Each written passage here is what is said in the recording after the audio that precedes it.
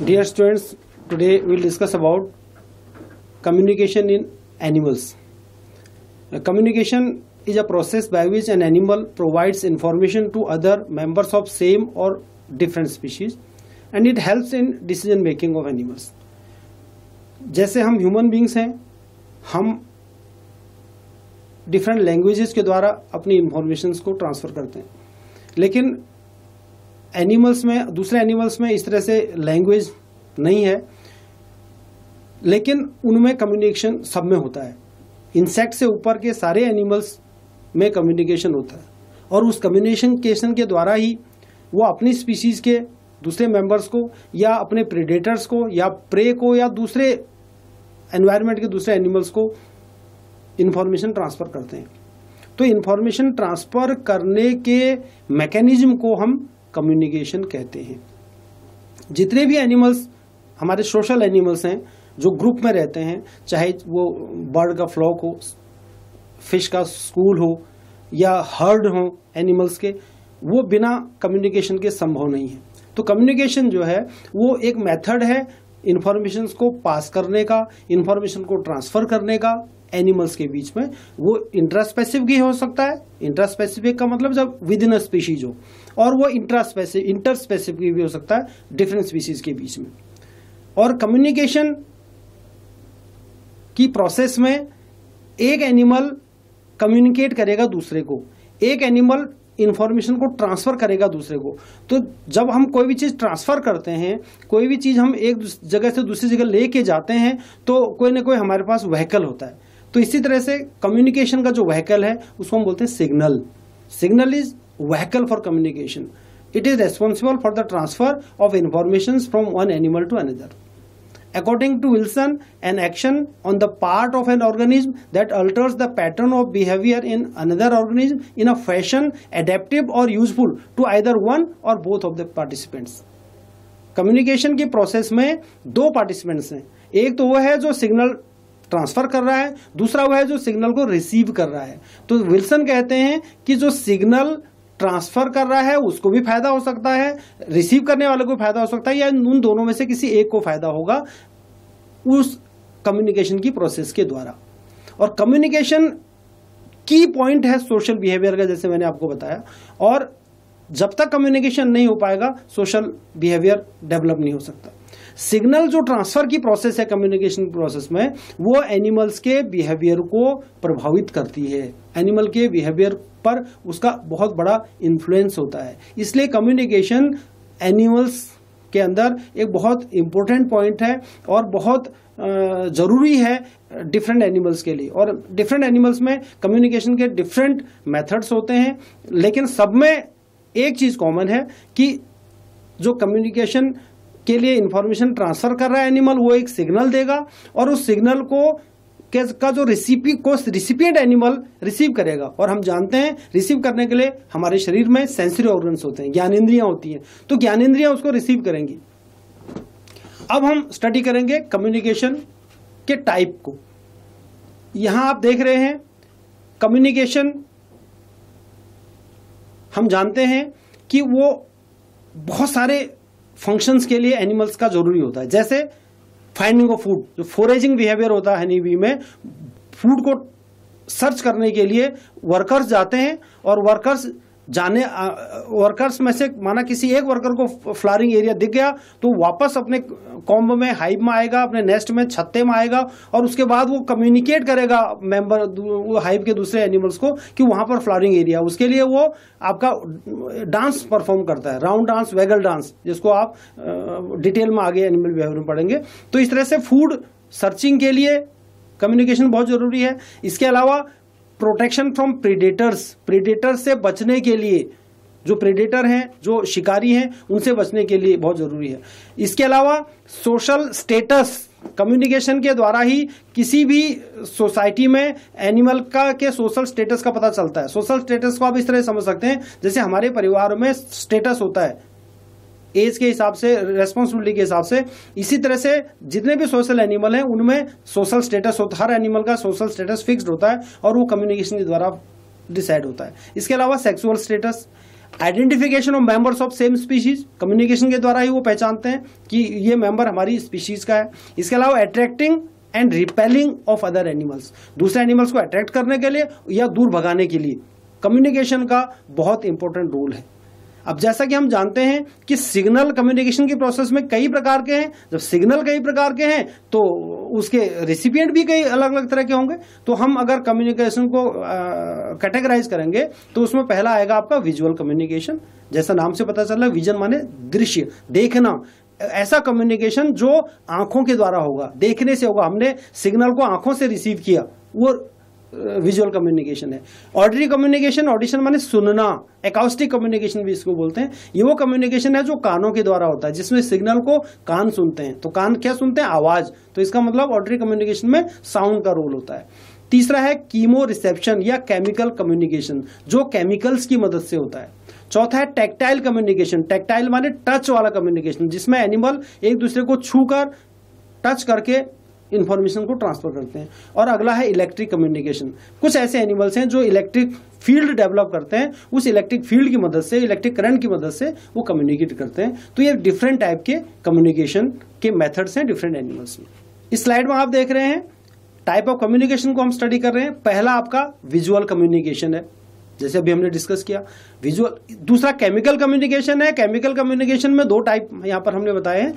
पहला contact communication by taste, chemicals जो आपके शरीर पर एनिमल्स क्या आएगा, रिसीव होगा एनिमल के द्वारा, तो या तो उसको टेस्ट करेगा, टेस्ट करके एनिमल बताएगा, उसको इंफॉर्मेशन का पता चलेगा, या फिर वो उसका स्मेल करेगा, सूंघ कर। ऑडिटरी, ऑल्फैक्टरी कम्युनिकेशन इसको हम बोलते हैं, या ऑल्फैक्शन के द्वारा होगा, या गस्टेटरी रिसेप्टर जो हमारे टेस्ट बर्ड्स में, ह्यूमन बींग्स में होते हैं, दूसरे एनिमल्स में भी टेस्ट को रिसीव करने की कम्युनिकेशन है। तो ये दो तरह का आपका केमिकल कम्युनिकेशन होता है। तीसरा जो हमने ऑडिटरी कम्युनिकेशन बताया, जैसे मैंने अभी बोला आपको, इसको एकाउस्टिक कम्युनिकेशन भी बोलते हैं। और टैक्टाइल कम्युनिकेशन जो टच के द्वारा होता है, और इलेक्ट्रिक कम्युनिकेशन जो इलेक्ट्रिक फील्ड को डेवलप करने से होता है। अब हम स्टडी करेंगे विजुअल कम्युनिकेशन के बारे में। विजुअल कम्युनिकेशन में जैसे मैंने बताया कि इसमें सिग्नल को आईज रिसीव करती हैं, आंखें सिग्नल को रिसीव करती हैं, और उसके बाद जो रेस्पॉन्स है वो एनिमल की बॉडी के ब्रेन की मदद से उसका फिर रेस्पॉन्स होगा। तो विजन और the response to light is the most important sense in determining behaviour. किसी भी एनिमल के बिहेवियर को डिटरमाइन करने में विजन का, देखने का, और देखते हम किसी मदद से, लाइट की मदद से। तो लाइट की मदद से जब हम किसी चीज को देख रहे हैं, वो हमारे बिहेवियर का एक बहुत बड़ा डिटरमाइनिंग फैक्टर होता है। विजन जो होता है वो मदद करता है एनिमल्स को एक जगह से दूसरी जगह जाने में। It helps moving organisms to avoid obstacles and to orient themselves. Animals को ये चलने में भी मदद करेगा, और जो रुकावटें आ रही हैं उसमें मदद करेगा, और एनिमल्स को ओरिएंट करने में मदद करेगा। जैसे हम अगर इन्वर्टिब्रेट्स की बात करें तो उसमें फोटोटैक्सिस, आपने एक टर्म पढ़ी होगी, फोटोटैक्सिस। फोटो माने सनलाइट, सनलाइट के का एक डायरेक्शनल बिहेवियर है टैक्सिस।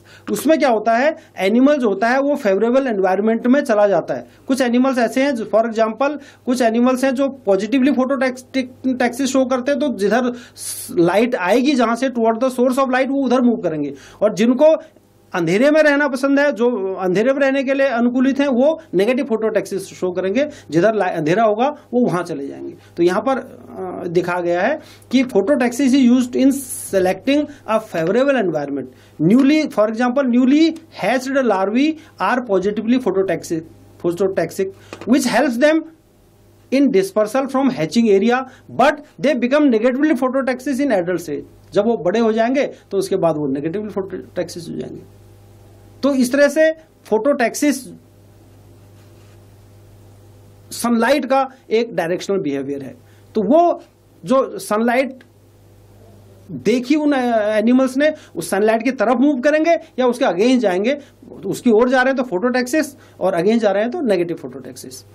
इसी तरह से फिश में, क्रस्टेशियंस में, श्रिम्प्स में ओरिएंटेशन का जो बिहेवियर होता है, वो डोर्सल साइड जो होती है उनकी बॉडी की, वो लाइट की तरफ होती है, और वेंट्रल साइड जो होती है वो लाइट के अगेंस्ट होती है। और वो कैसे करते हैं, by the help of otoliths in internal ear. Fish में इंटरनल ईयर होता है, वैसे एक्सटर्नल ईयर नहीं होते। जैसे हमारे अंदर कान होते हैं, एक्सटर्नल ईयर इस तरह से फिश में नहीं होते, लेकिन इसका मतलब है नहीं कि फिश में कान नहीं है, फिश में ईयर होते हैं क्योंकि उसमें इंटरनल ईयर होता है। इसी तरह से क्रस्टेशियंस में स्टेटोसिस्ट होता है जो इस फंक्शन के लिए रेस्पॉन्सिबल है। तो ये एक डोर्सल लाइट रिएक्शन कहलाता है, जिसमें कि डोर्सल साइड जो बॉडी की है वो सनलाइट की ओर होगी। तो जो विजुअल कम्युनिकेशन है वो विजुअल कम्युनिकेशन लाइट की मदद से, सूर्य के प्रकाश की मदद से या दूसरे प्रकाश की मदद से एनिमल के बिहेवियर को कंट्रोल करता है। इसको हम विजुअल कम्युनिकेशन बोलते हैं। विजुअल कम्युनिकेशन में क्या होता है कि जो विजन होता है वो स्टिमुलस का डायरेक्ट एक तरह से रेस्पॉन्स को रिप्रेजेंट करता है। जैसे प्रेडेटरी एनिमल्स हैं, प्रेडेटरी एनिमल्स होते हैं, they strike upon moving animals. For example frog strikes only when only upon a moving insect. जो इंसेक्ट मूव कर रहा है उसके ऊपर फ्रॉग अटैक करता है, उसको पकड़ के खा लेता है। क्यों? क्योंकि सनलाइट की मदद से वो देख रहा है और देख के वो अपना प्रेडेशन करता है। इसी तरह से insects are able to respond to ultraviolet spectrum of light but can not see red light को नहीं देख सकते हो, लेकिन वो अल्ट्रावायलेट को देख सकते हैं। Visual activity helps in animal to see prey और predator at a distance. Vision की मदद से ही बहुत दूर से प्रेडेटर को और प्रे को कोई भी एनिमल देख सकता है। It helps in social behaviour by recognition within the group. देखकर आप किसी भी चीज को पहचान सकते हैं। तो जो सोशल एनिमल्स होते हैं वो एक दूसरे को देखकर, अपने स्पीशीज के मेंबर्स को देखकर और अपने नियर एंड डियर को देखकर वो बिहेवियर को शो करते हैं। तो विजन जो होता है वो एक बहुत इंपॉर्टेंट फैक्टर है हमारे बिहेवियर का। अब हम स्टडी करेंगे जेस्चर के बारे में। जब विजन में जेस्चर आता है, पोस्चर आता है किसी भी एनिमल का, फेशियल एक्सप्रेशन आते हैं, raising of hair, courtship, colour change and aggressive display in many birds, fish, amphibians and mammals are some of the examples of visual communication. आदमी की जो बॉडी लैंग्वेज है, जेस्चर माने उसका बॉडी लैंग्वेज कैसी है, उसके पोस्चर कैसे हैं, इसके अलावा उसके चेहरे के एक्सप्रेशन कैसे हैं, उस एक्सप्रेशन से हम पहचान जाते हैं कि आदमी क्या कहना चाह रहा है।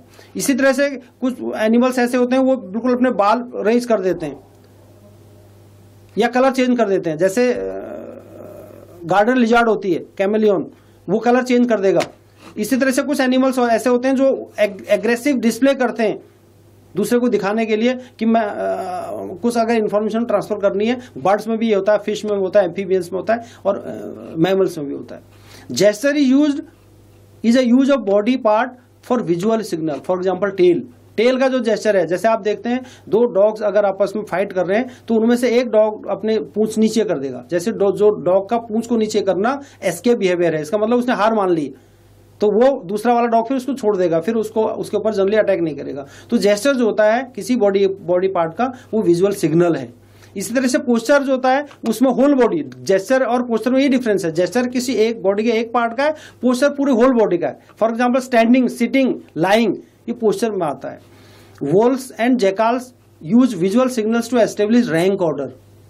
वीडियो में जैकाल्स में जो रैंक ऑर्डर बनता है, सोशल एनिमल्स हैं ये, वो जो है वो विजुअल सिग्नल के द्वारा बनता है। तो इस तरह से विजुअल सिग्नल्स, विजुअल कम्युनिकेशन बहुत इंपॉर्टेंट फैक्टर है सोशल एनिमल्स में कम्युनिकेशन का। और बहुत सारे अगर हम एग्जांपल स्टडी करेंगे विजुअल कम्युनिकेशन के, तो कर्टशिप इन एनिमल्स जो सेक्सुअल रिप्रोडक्शन के लिए बहुत जरूरी है। कर्टशिप बिहेवियर होता है एनिमल्स के बीच में, वो दूसरे पार्टनर्स को अट्रैक्ट करने के लिए, दूसरे पार्टनर्स से मिलने के लिए, कर्टशिप के लिए मेल जो होता है वो विजुअल कम्युनिकेशन के आधार पर ही फीमेल को चूज करता है और उसको रिजेक्ट कर देता है। मेल या फीमेल दोनों एक दूसरे को सेलेक्ट करते हैं या उसको रिजेक्ट करते हैं उसकी परफॉर्मेंस के आधार पर। और जो परफॉर्मेंस होती है वो जो है फेरोमोन्स की मदद से होती है। तो उस परफॉर्मेंस को मेल या फीमेल देखते हैं और उसके आधार पर वो कर्टशिप के लिए उस एनिमल को सिलेक्ट करते हैं। तो ये विजुअल कम्युनिकेशन का एग्जाम्पल है। इसी तरह से जैसे male of red winged black bird has a bright red shoulder patch that during most of the years is kept hidden. ज्यादातर समय में वो जो बर्ड है इसको छिपा के रखता है। But during breeding season he display his beauty assuming a posture that attracts the female. वो फीमेल को अट्रैक्ट करने के लिए अपने ब्रीडिंग सीजन में वो जो उसका क्या कहते हैं रेड विंग्ड ब्लैक बर्ड के अंदर जो ब्राइट रेड कलर का शोल्जर है, उस शोल्जर पैच को वो फीमेल को दिखाता है और विजुअल कम्युनिकेशन के द्वारा उसको कर्टशिप के लिए तैयार करता है, उसको अपनी परफॉर्मेंस के द्वारा उसको एक तरह से कम्युनिकेट करता है। इसी तरह red spot on the lower mandible of herring gull serves as a visual signal to the hungry चिक।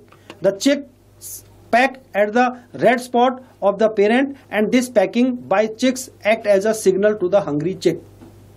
जो रेड स्पॉट है लोअर मैंडिबल पे हेरिंग गर्ल के, उस पे अगर बच्चा उसका स्टक करेगा, टक करेगा, उसको टच करेगा, तो इसका उससे पता चल जाएगा पेरेंट को कि बच्चा भूखा है, उसके लिए भोजन की व्यवस्था करनी है। तो ये विजुअल कम्युनिकेशन के कुछ एग्जाम्पल हैं। अब हम स्टडी करेंगे दूसरा कम्युनिकेशन जिसको हम बोलते हैं केमिकल कम्युनिकेशन, जिसको हम कीमो रिसेप्शन भी कहते हैं। कीमो रिसेप्शन जैसे नाम से पता चल रहा है, यहाँ पर जो इंफॉर्मेशन का ट्रांसफर होगा वो केमिकल्स की मदद से होगा। केमिकल की मदद से जो कम्युनिकेशन होगा, जो इंफॉर्मेशन का ट्रांसफर होगा, उसमें एक तरह से सिग्नल जो है वो केमिकल्स हैं। अब जो सिग्नल्स हैं वो रिसीव किए जाएंगे दूसरे एनिमल्स के द्वारा, और ज्यादातर केसेज में ये जो सिग्नल्स हैं वो फेरोमोन्स होते हैं। फेरोमोन्स क्या है? फेरोमोन्स एक तरह का केमिकल है जो इंट्रास्पेसिफिक सिग्नल का काम करता है। ज्यादातर एनिमल्स में फेरोमोन्स होते हैं वो अपनी स्पीशीज के अंदर, इसमें आप दूसरे पॉइंट में देख रहे हैं, pheromones are species specific, that is pheromones act as a signal between the members of same species. दूसरे स्पीशीज में ये काम नहीं करते। फेरोमोन्स अपनी स्पीशीज के अंदर ही काम करते हैं और वो उस केमिकल की मदद से, उस केमिकल की स्मेल से अपनी स्पीशीज के दूसरे मेंबर्स में कोई इंफॉर्मेशन ट्रांसफर इसके द्वारा किया जाता है। अब फेरोमोन्स हैं क्या? ये पैरा हार्मोन्स हैं। जैसे हमारे शरीर में हार्मोन्स होते हैं जो हमारे शरीर में केमिकल मैसेंजर का काम करते हैं, उसी तरह से फेरोमोन्स पैरा हार्मोन्स हैं जो कि एक्सोक्राइन ग्लैंड के द्वारा सीक्रेट होते हैं। इसीलिए प्योर हार्मोन नहीं, पैरा हार्मोन है, क्योंकि हार्मोन्स जो हैं वो एंडोक्राइन ग्लैंड के द्वारा सीक्रेट होते हैं, लेकिन फेरोमोन्स ऐसे हार्मोन के जैसे काम करने वाले केमिकल्स हैं जो कि एक्सोक्राइन ग्लैंड्स के द्वारा सीक्रेट होते हैं, और they are transmitted to other members through और एक्सक्रीमेंट्स, थ्रू एयर और एक्सक्रीमेंट्स। या तो ये हवा के द्वारा जाएंगे दूसरे एनिमल्स में, या फिर ये अपनी यूरिन के द्वारा, फीकल मैटर के द्वारा जाएंगे। आप देखते हैं जैसे डॉग का जो बिहेवियर है, कुत्ता जिस दिशा में जाएगा वहां पर वो यूरिन के द्वारा अपने मार्किंग करता है। इसी तरह से टाइगर्स के बारे में कहा जाता है, बाघ के बारे में कहा जाता है कि ये अपनी टेरिटरी बनाते हैं अपने फीकल मैटर से। तो हवा के द्वारा स्मेल करके वो दूसरे जो मेंबर्स होते हैं उस स्पीशीज के, वो पहचान जाते हैं कि यहाँ पर हमारी स्पीशीज का एक दूसरा एनिमल है। तो ये एयर के द्वारा दूसरे मेंबर्स पहचानते हैं, या फिर एक्सक्रीटरी सीक्रेशन के द्वारा, यूरिन के द्वारा, और कुछ केसेस में फीकल मैटर के द्वारा भी ये फेरोमोन्स के रूप में केमिकल कम्युनिकेशन होता है। फेरोमोन्स क्या काम करते हैं? ये मदद करते हैं इन रिकॉग्निशन, पहचानने में मदद करते हैं, recognition between the members of same species, क्योंकि एक ही स्पीशीज के बीच में होता है तो ये अपनी स्पीशीज के दूसरे मेंबर्स को पहचानने में मदद करते हैं। अट्रैक्टेंट, सेक्सुअल रिप्रोडक्शन के लिए अट्रैक्टेंट का काम करता है फेरोमोन। इसके अलावा फेरोमोन्स के द्वारा ये अपनी स्पीशीज के दूसरे मेंबर को वार्निंग भी देते हैं। जैसे सपोज टाइगर जो अपनी टेरिटरी बना रहा है, उस टेरिटरी में अगर दूसरा टाइगर आएगा तो उसको पता चल जाएगा कि यहाँ पहले से कोई टाइगर है। तो इस तरह से वार्निंग भी फेरोमोन्स के द्वारा दूसरे मेंबर्स को दी जाती है। जैसे एक डियर जो होता है वो 7 तरह के फेरोमोन्स बनाता है, और ये सातों उसके डिफरेंट बॉडी में डिफरेंट साइड से बनते हैं, और इन सातों के अपने अलग अलग फंक्शन है, और वो ये 7 के 7 फेरोमोन उसी जाति के दूसरे डियर के ऊपर काम करेंगे, वो कम्युनिकेशन में मदद करेंगे। फेरोमोन जो होता है एक सेक्स अट्रैक्टेंट का काम करता है। जैसे बॉम्बिकॉल एक सेक्स अट्रैक्टिंग फेरोमोन है जो कि फीमेल सिल्कवर्म के द्वारा पैदा किया जाता है, and which is received by male, और मेल उसको रिसीव करेगा, और किसके द्वारा? एंटीना के द्वारा। सेवरल किलोमीटर्स अवे, कई किलोमीटर दूर से वो उसको रिसीव कर देगा बॉम्बिकॉल को, जब फीमेल की बॉडी से निकलेगा। इसी तरह से dog can trace a bitch from the distance of 1 kilometre during breeding season. 1 kilometre से डॉग जो है बिच को ट्रेस कर लेगा by the help of pheromones. तो इतने स्पेसिफिक होते हैं फेरोमोन्स। इसी तरह से आपने देखा होगा चींटियां एक लाइन में चलती हैं, उसको हम आंट ट्रेल बोलते हैं। आंट ट्रेल भी फेरोमोन्स के द्वारा ही बनती है। इसी प्रकार से हनी बी के कॉम में क्वीन बी जो रानी मक्खी होती है वो उसको वर्कर जो होते हैं फेरोमोन के द्वारा ही पहचानते हैं। 9-ऑक्सी डेसिनोइक एसिड जो होता है वो फेरोमोन का नाम है, जिसके द्वारा जो वर्कर्स होते हैं उसकी फैमिली के जो दूसरे मेंबर्स होते हैं छत्ते के, वो रानी मक्खी को उससे पहचानते हैं। तो केमिकल कम्युनिकेशन में फेरोमोन्स एक बहुत महत्वपूर्ण पॉइंट केमिकल्स हैं जिसके द्वारा एनिमल्स में केमिकल कम्युनिकेशन होता है। कुछ एनिमल जैसे डॉग में, क्रोकोडाइल में, they mark their territory by pheromones. कुत्ता तो मैंने बताया अभी आपको, वो मार करते हैं फेरोमोन्स के द्वारा अपनी टेरिटरी को। क्रोकोडाइल्स भी मार करते हैं। And do not permit other members of same species to enter in their territory. Pheromones present in the urine of males usually act as territory marker. तो जो यूरिन में जो फेरोमोन था उसने टेरिटरी मार्कर के रूप में काम किया, और जब दूसरा एनिमल उसी स्पीशीज का आएगा उसको वो स्मेल से पता चल जाएगा कि यहाँ पर हमारी स्पीशीज का दूसरा एनिमल है, और वो उसको डिसाइड करना है कि अब उसके टेरिटरी में जाना है या नहीं जाना। इसके अलावा बॉडी ऑर्डर जो हर ह्यूमन बींग्स में भी, हमारी बॉडी में भी एक ऑर्डर होता है, तो उसी तरह बॉडी स्मेल होती है, सभी में है, एनिमल्स में भी स्मेल होती है। तो जो बॉडी ऑर्डर होता है वो भी रिकॉग्निशन में मदद करता है सेम स्पीशीज में। ये बॉडी ऑर्डर भी फेरोमोन्स के कारण ही होता है। Bees, ants and termites recognise hive members by their order and attack unrecognised intruder bees. एक जैसे माना मधुमक्खी का छत्ता है, उस मधुमक्खी के छत्ते में अगर उसी जाति की दूसरी मधुमक्खी आ गई जो उस छत्ते में नहीं थी पहले से, तो वो उसको घुसपैठिया मानते हैं, इंट्रूडर मानते हैं, और वो उसको मार देंगे, अटैक करेंगे, उसको अपने छत्ते में नहीं आने देंगे। इसी तरह से ट्रेन डॉग आप देखते हैं, जो हमारा फॉरेंसिक डिपार्टमेंट है वो डॉग्स को लेके जाते हैं स्मेल करने के लिए, किसी भी अपराधी को आइडेंटिफाई करने में इससे मदद मिलती है, क्योंकि train dog can distinguish order trails of a particular human. वो उसको ट्रेल कर सकता है पर्टिकुलर ह्यूमन, क्योंकि हर व्यक्ति की बॉडी की स्मेल अलग होती है। अगला जो हमारा कम्युनिकेशन है वो है ऑडिटरी या एकॉस्टिक कम्युनिकेशन। ऑडिशन माने सुनना, सुन के जो कम्युनिकेशन होता है। अब हमने पहले डिस्कस किया था सुनना, क्या सुनते हैं हम? आवाज सुनते हैं। तो ऐसा कम्युनिकेशन जो साउंड से होता है वो ऑडिटरी कम्युनिकेशन के अंदर आता है। Physical change in air, water and soil generates vibrations called sound. Animals have hearing receptors to receive sound in as a stimulus.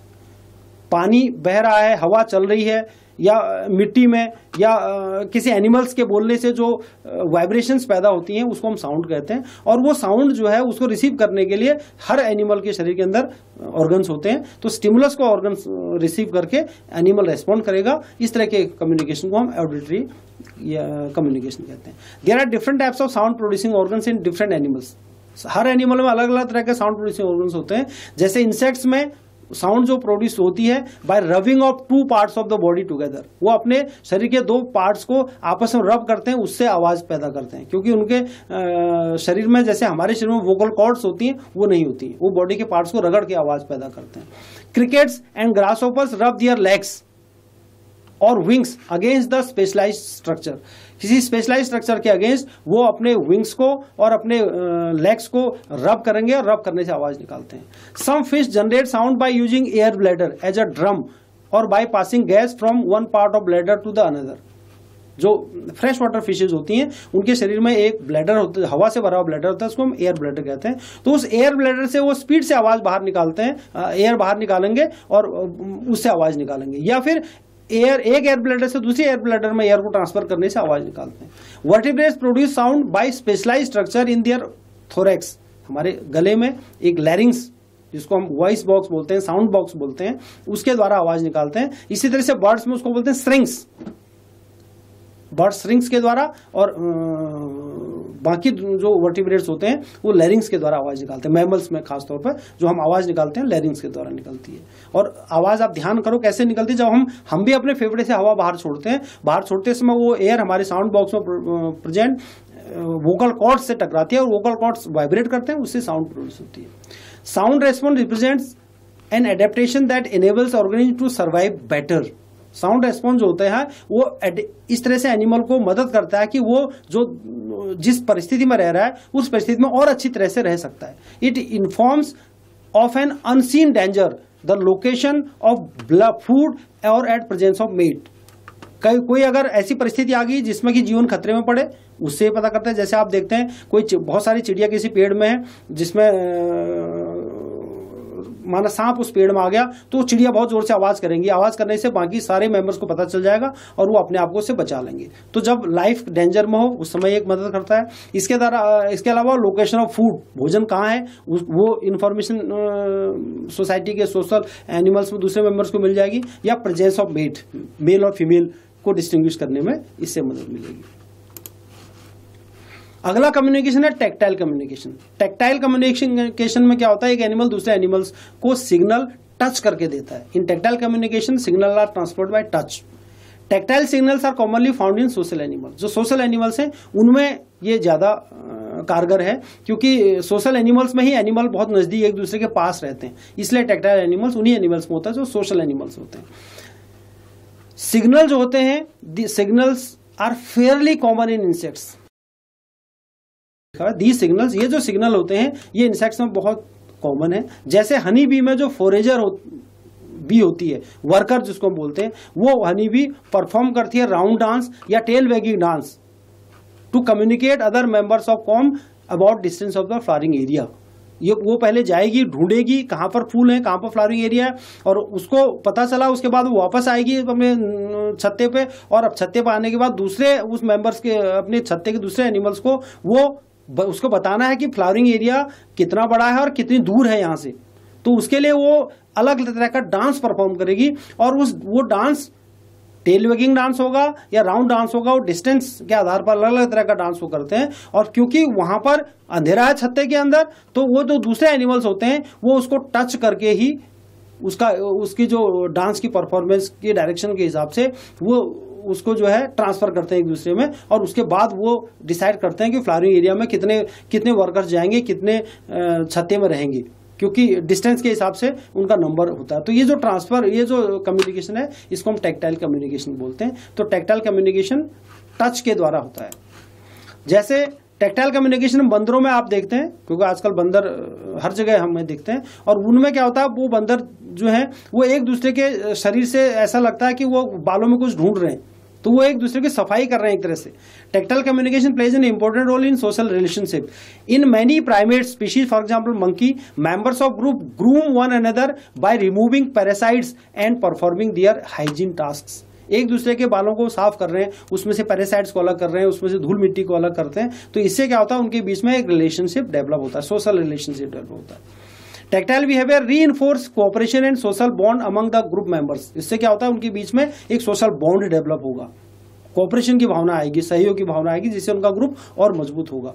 It plays significant role in the survival of young ones. जो छोटे बच्चे हैं उनके survival में भी बहुत important role play करता है टेक्टाइल कम्युनिकेशन। जैसे newborn puppies will instinctively knead at their mothers mammary glands. वो बार बार माँ के मेमोरी ग्लैंड्स को छुएंगे, जिससे कि माँ के शरीर में ऑक्सीटोसिन हार्मोन का सिक्रेशन होगा, और ऑक्सीटोसिन हार्मोन के सिक्रेशन से मिल्क रिलीज होगा और वो दूध आराम से पी पाएंगे। तो इस तरह से यंगस्टर्स, जो यंग वंस हैं, जो यंग पपीज हैं, न्यू बॉर्न्स हैं, वो भी टेक्टाइल कम्युनिकेशन के द्वारा अपने सर्वाइवल के चांसेस को बढ़ाते हैं। तो ये आपका टेक्टाइल कम्युनिकेशन है जो टच के द्वारा होता है। लास्ट जो आप इस टॉपिक में communication, that is electric communication. जैसा नाम से आपको पता चल रहा होगा, इसमें इलेक्ट्रिसिटी इन्वॉल्व है। कुछ ऐसे एनिमल्स हैं जो कम्युनिकेशन के लिए एक इलेक्ट्रिक फील्ड अपने चारों ओर बना देते हैं या इलेक्ट्रिक करंट पैदा करते हैं, और उस करंट की मदद से अपने प्रेडेटर को, अपने प्रे को और दूसरे एनिमल्स को अपनी उपस्थिति का एहसास कराते हैं। तो electro communication is a form of communication in animals in which signals are transferred in the form of electric current और इलेक्ट्रिक फील्ड। इलेक्ट्रिक करंट के रूप में या इलेक्ट्रिक फील्ड के रूप में सिग्नल्स उसमें ट्रांसफर होते हैं। It is seen primarily in some aquatic animals, for example electric fishes. कुछ एक्वेटिक एनिमल्स में ही ये देखा जाता है, जैसे इलेक्ट्रिक फिशेज हैं। टेरेस्ट्रियल एनिमल्स में जनरली ये बिहेवियर कम मिलता है। एकिडना वगैरह में कुछ ऐसी रिसर्च आई है कि एकिडना प्लेटिपस में इस तरह का एक बिहेवियर होता है, लेकिन ज्यादातर ये जो है एक्वेटिक एनिमल्स में होता है।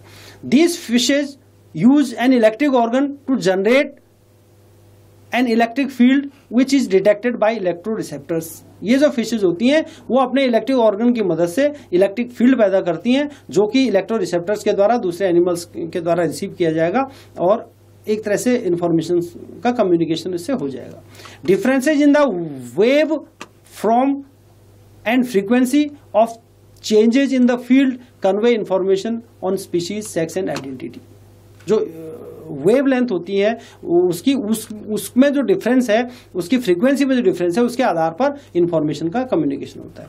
These electric signals can be generated in response to hormones, circadian rhythm and interaction with other fish. इन 3 चीजों के लिए ये इलेक्ट्रिक सिग्नल दिए जाते हैं। They can also serve to mediate social hierarchy among species that have a social order. Social hierarchy बनाने में भी ये मदद करेगा। इलेक्ट्रिक ईल, जिसको हम इलेक्ट्रोफोरेज इलेक्ट्रिकस बोलते हैं, electric ray, torpedo, electric catfish, elephant fish, knife fishes electric communication के एग्जाम्पल हैं। तो इस तरह से आज हमने कम्युनिकेशन के डिफरेंट मेथड्स को पढ़ा। और कम्युनिकेशन ह्यूमन बींग्स में तो लैंग्वेज के द्वारा होता है, लेकिन इन सभी कम्युनिकेशंस के मेथड्स को स्टडी करने के बाद आपको थोड़ा समझ में आया होगा कि कम्युनिकेशन जितने भी हमारे वर्टिब्रेट्स हैं सभी में, और इंसेक्ट्स, इनवर्टिब्रेट्स में, आपके मोलस्क्स में, और इकानोडर्म्स में और इंसेक्ट्स में कम्युनिकेशन होता है, और वो डिफरेंट टाइप का है। कितने प्रकार की कम्युनिकेशन है ये आज हमने डिस्कस किए, इसको आप स्टडी करिए। Thank you.